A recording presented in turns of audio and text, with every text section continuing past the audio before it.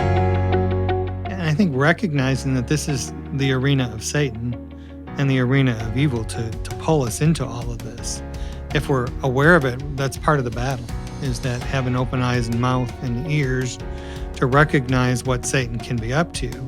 It's easier than to capture the thought and give it back to God and get straightened out if we're already aware of what the arena is. Welcome, everyone, to podcast number 117, Renew Your Mind. With us today, we have Senior Pastor Paul Gruenberg, we have retired Pastor Barry Sweet, and myself, Dana Hall, as the moderator. The last podcast, we talked about taking every thought captive and taking it to Christ, or laying it at the foot of the cross. And what we want to talk about today is what are the type of thoughts that Satan is going to bring to mind, and some scriptures that talk about that. Did I get that right? Yeah, that sounds good. Good intro. Okay. So there are, we'll start with Proverbs 16, but the overarching is the 7 deadly sins. The chief sins that probably are categorically the head of where people tend to fall short or tend to move in a direction that doesn't glorify God. So in Proverbs chapter 6, starting with verse 16, it says, "There are 6 things that the Lord hates, 7 that are detestable to him." So it starts off with haughty eyes, could be lust, a lying tongue, lying hands that shed innocent blood, a lying tongue, hands that shed innocent blood, a heart that devises wicked schemes, feet that are quick to rush into evil, a false witness who pours out lies, and a man who stirs up dissension among brothers. And out of this, there was the reminder of a broader category of the 7 deadly sins. And I thought that these were the 7 deadly sins. But when we look at, if you were to look at Christian 7 deadly sins, it would be lust, gluttony, greed, sloth, wrath, envy, and pride. And I think pride is chief among all sins, because pride is all about me. It's me over and against everything else. What can I do to glorify myself? In essence, is what pride is. And so when we look at these 6 things that the Lord hates, 7 that are detestable to him, lusting is there, which is one of the vices. And when we think of lust, we oftentimes will think in terms of sexuality. But lust is broader than that. Lust is wanting something so bad that whatever that thing is, it becomes the object of your attention. And you'll do almost anything to get it. Right. Yeah. So when we think in terms of lust, what is the thought that needs to be taken captive? I want. I and want. Right.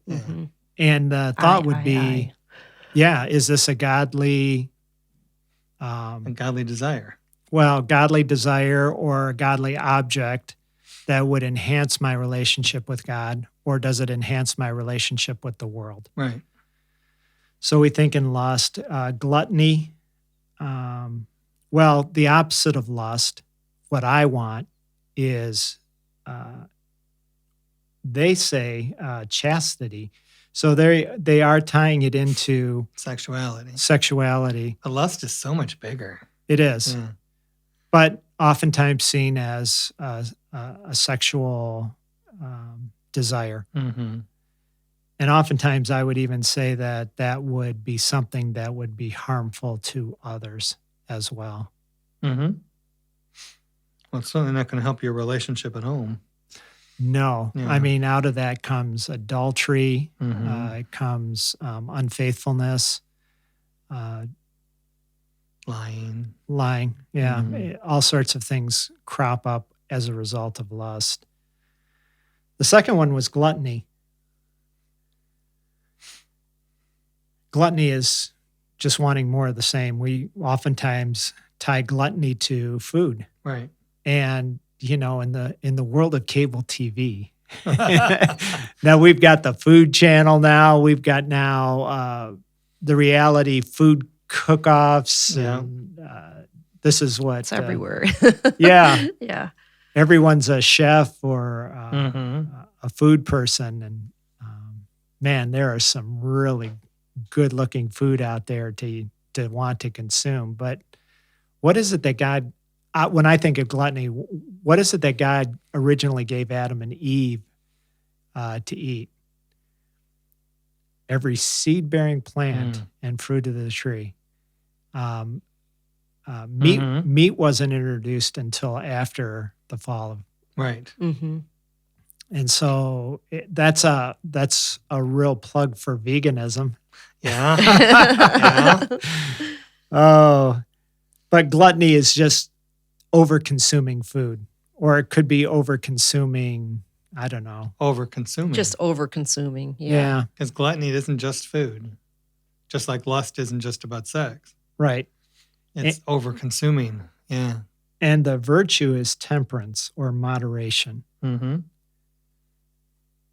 The third one is greed.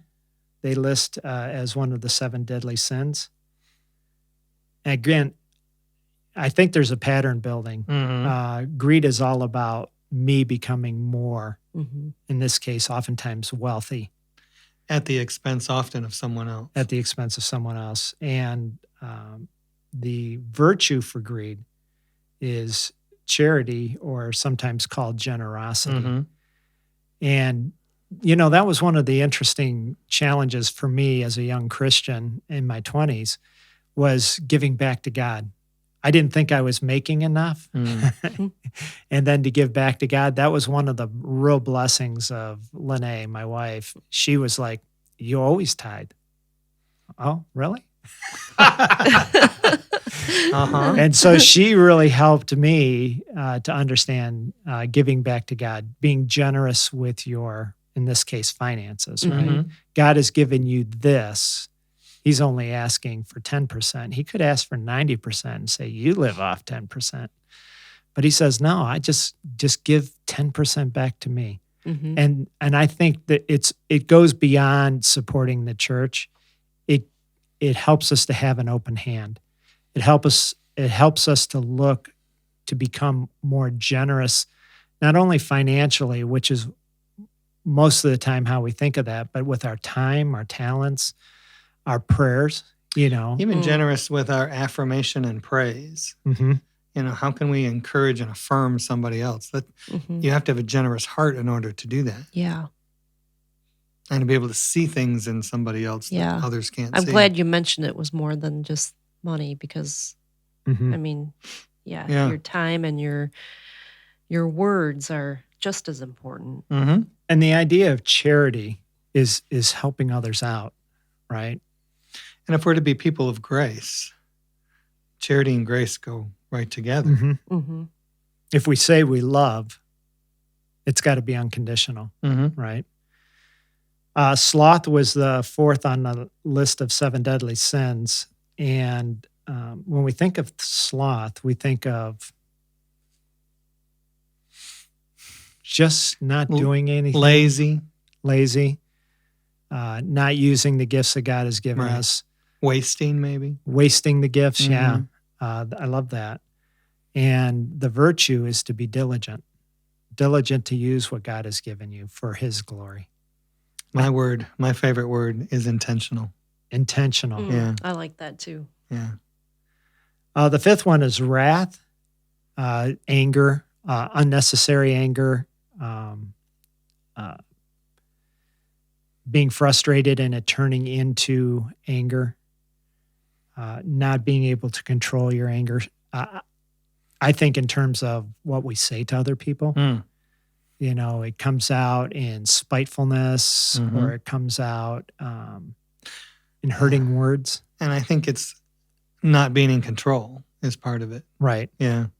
And the one in Proverbs 6, verse 17, hands that shed innocent blood is that leads to murder sometimes, Mm-hmm. is you're out of control. Mm-hmm. And you don't think about the consequences of what you're doing or what you're doing. You just act. Right. And oftentimes when we look at crime on the street, it's a crime of passion. Right?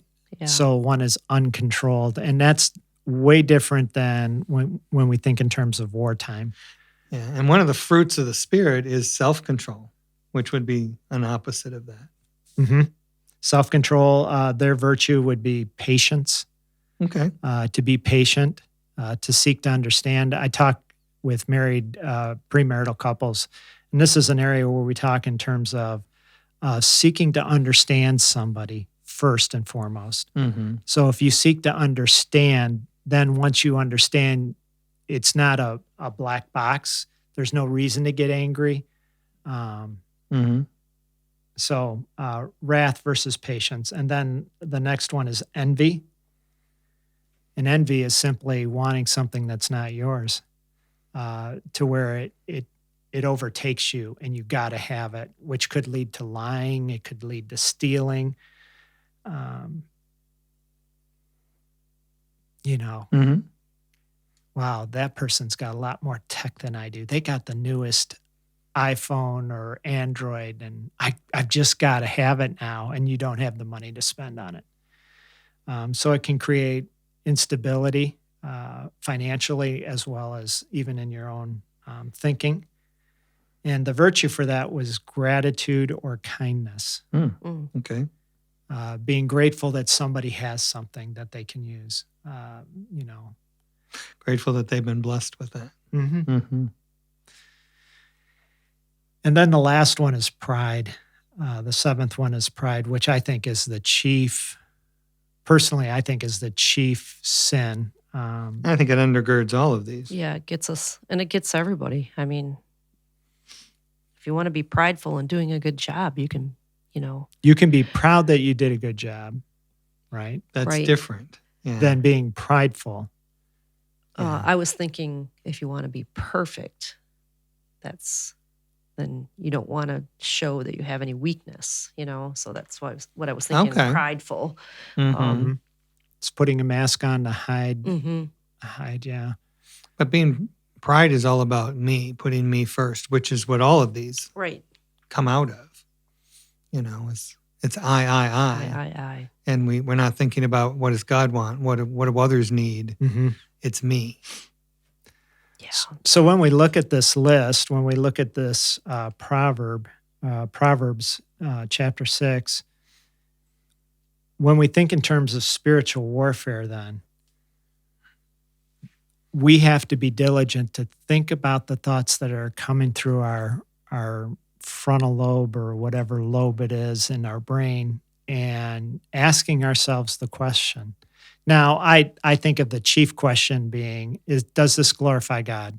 Mm-hmm. Is this about me, or is this about God? And that's kind of the bigger question, but you could parse that down to these things. Am I lusting? Am I lying? Am I not just killing, but am I seeking to hurt someone else? Right. Am I trying to be deceptive? Am I looking to rush into evil or to do something bad? Do I create dissension? Those types of things. And if maybe this is a great scripture to memorize, and then that God would use this and pull it up into your mind when you're thinking those thoughts and capturing them. And then all of a sudden you're like, oh man, I'm being deceptive. Yeah, and I think recognizing that this is the arena of Satan and the arena of evil to pull us into all of this. If we're aware of it, that's part of the battle, is that having open eyes and mouth and ears to recognize what Satan can be up to. Mm-hmm. It's easier than to capture the thought and give it back to God and get straightened out if we're already aware of what the arena is. Right. So if these are the thoughts that can come into our minds, again, recognizing, a thought can come from 4 different places. It can come from God. Mm-hmm. And I think those are easier to see. Once you understand God's general will for our lives, once we understand Jesus's example that he sets before us, then we can look at a thought and say, is this something Jesus would do? That's Right. the Charles someone. Spurgeon. Was it Spurgeon that Yeah. wrote the book, What Would Jesus Do? Yeah. And so in these steps or something is where it in came his out. steps. In his steps, yes. And so it's a question of what would Jesus do? I've seen the arm bracelets, Right. WWJD type of thing, but maybe that is a starting point for some who are listening who have never really thought in terms of spiritual warfare or taking thoughts captive that we've been talking over the last podcast or two, and being able to say, well, what would Jesus do in this? And then if you're not sure, then look it up. Right.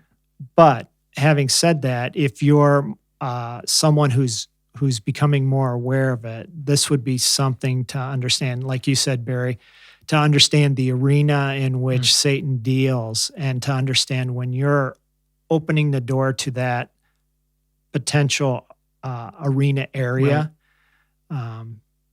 it's chilling on one side. Yeah. Yeah. To think that Satan has that capacity to speak into our lives so that we will act in a way that is contrary to God's will for us, or contrary and he's to sneaky Jesus. about it. Oh yeah. He's sneaky about it.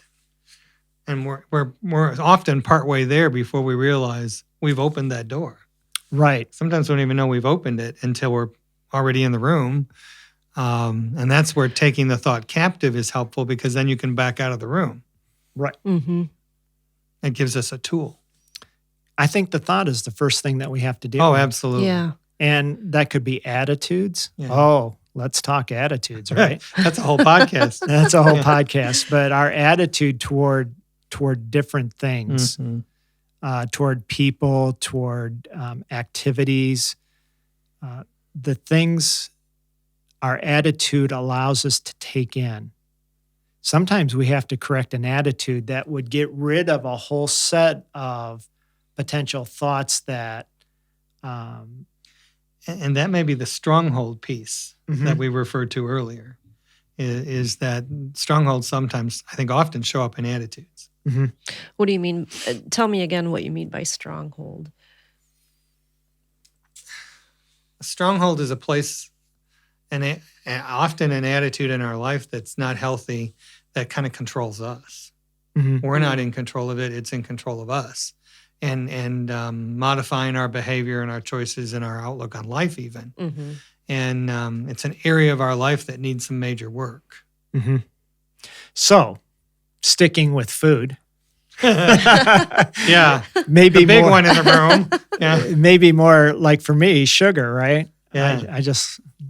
Mine's just food in general. Sorry. Yeah. And we Snacking laugh at about night. it. We laugh about it, but it is But, something that doesn't, glorify God. And Exactly. the food industry doesn't care, because Not a bit. No, they're no, out no. to make money. Yeah. So they don't care what they put out, what you start feeding your kids with. Mm-hmm. You start kids early on sugar. We never had pop in our house. Yeah.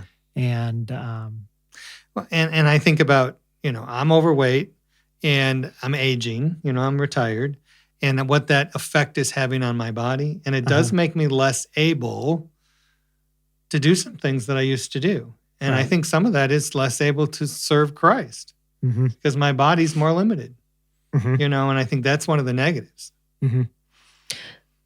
I find the take every thought captive interesting. I mean, I never thought specifically of that, but I also think about how, like we're talking about eating, it's really easy, to eat something really, really fast and you don't even recognize that you're full. But Or a lot of those, appreciate it. yeah, a lot of these things, we do things so quickly and we get in trouble before Mhm. we even recognize it. So, how do we take the thoughts captive when we're always so Well, quick. and living in a part of the world where food is abundant, as Yeah. opposed to places in the world where people are starving. I think of Haiti, Yeah. and the work that I did there, and the contrasts, between what you take for granted Mm-hmm.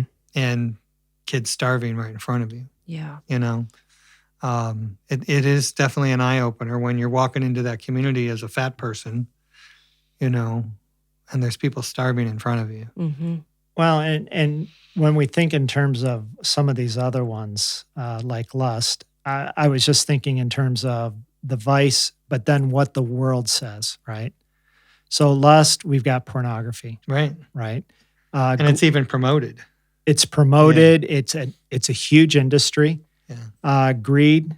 We talked in terms of having more wealth than what you could ever do anything with, Right. and then holding on to it and not using it for good, using it for God's glory.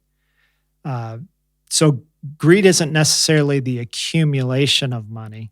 It's the focus on the accumulation of money over and against the ability to use that money for the glory of God. Comes back to attitude.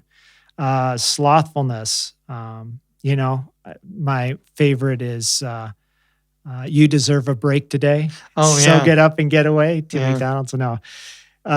But it's that idea of you deserve a break. You don't have to do that, when God is calling you to do something. Mm-hmm. Wrath, and I don't know that there's an industry for wrath or anger. Anger? Well, there's anger management classes all the time. Right. It's an So, issue, right? It's definitely an issue. Envy. Look at any or watch any commercial. Yep. It's Oh, telling sure. it's telling you need this. So what is the primary primary commercials on a Saturday morning? Sure. Sugar? Yeah. I'm sorry, cereal?